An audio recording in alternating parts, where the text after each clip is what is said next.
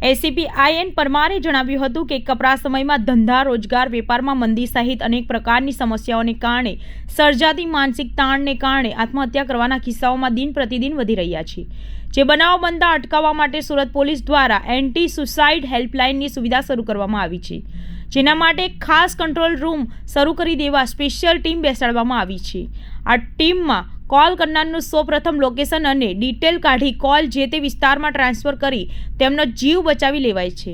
ઘણી ઘટનાઓમાં પોલીસ દ્વારા માત્ર પોલીસ નહીં પરંતુ એક તબીબની જેમ આત્મહત્યાનો પ્રયાસ કરનાર વ્યક્તિને સ્થળ પર જ કાઉન્સિલર કરી તેને નિર્ણય બદલવામાં પ્રયાસ થાય છે। બીજી બાજુ અહીં કંટ્રોલ રૂમમાં લાગેલા CCTV કેમેરાનો ઉપયોગ કરી સુરત શહેરના તમામ બ્રિજ પર વોચ રાખવામાં આવે છે, જેનાથી કોઈ વ્યક્તિ જો કોઈ વાર બ્રિજ પરથી છલાંગ લગાવવાનો પ્રયત્ન કરે તો તાત્કાલિક તેની હિલચાલ જોઈ નજીકના પોલીસ સ્ટેશનનો સંપર્ક કરી તેનો જીવ બચાવી શકાય। આત્મહત્યા એક સામાજિક રોગ છે અને એ તમામ શહેરોમાં, તમામ વર્ગમાં, તમામ ક્ષેત્રે ખૂબ વ્યાપકપણે ફેલાયેલો છે, જેમાં માણસ પોતાના જીવનથી હતાશ થઈ અને આ અંતિમ પગલું ભરી બેસે છે।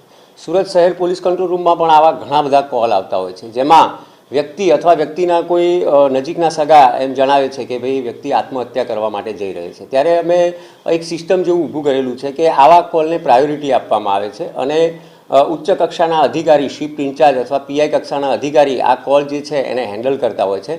તાત્કાલિક અમે એનું લોકેશન કઢાવીએ છીએ અને તુરત જ ત્યાંથી PCR વાન જે છે એને રવાના કરીએ છીએ। તમામ મેસેજો બાયપાસ કરી અને આ કોલને સતત ધ્યાન આપવામાં આવે છે।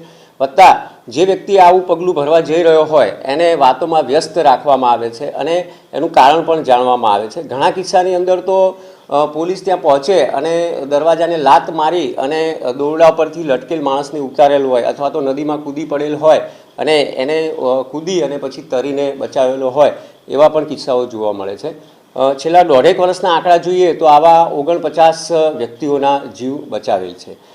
સમાજને એક ખાસ હું એ કહેવા માગું છું, ખાસ કરીને સુરત શહેર પોલીસમાં, કે જ્યારે પણ આવા મનમાં વિચાર આવતા હોય તો આ એક રોગ છે અને એને દૂર કરી શકાય, પણ તમે છેલ્લા પગલાં તરીકે 100 નંબર ઉપર ફોન કરજો, ત્યાંથી માહિતી મેળવજો, કંઈક ને કંઈક મદદ મળી જશે આપણને, ચોક્કસ એની હું ખાતરી આપું છું।